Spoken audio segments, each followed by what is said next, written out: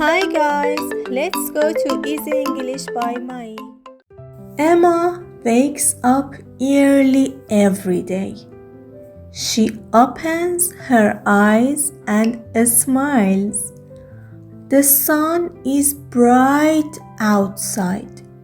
She goes to the kitchen and makes a cup of tea. Then she eats some bread and butter. After breakfast, Emma brushes her teeth and combs her hair.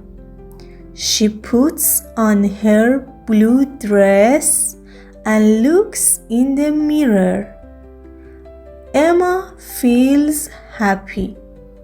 She takes her bag and goes to work. The birds sing in the trees. It's a beautiful morning for Emma.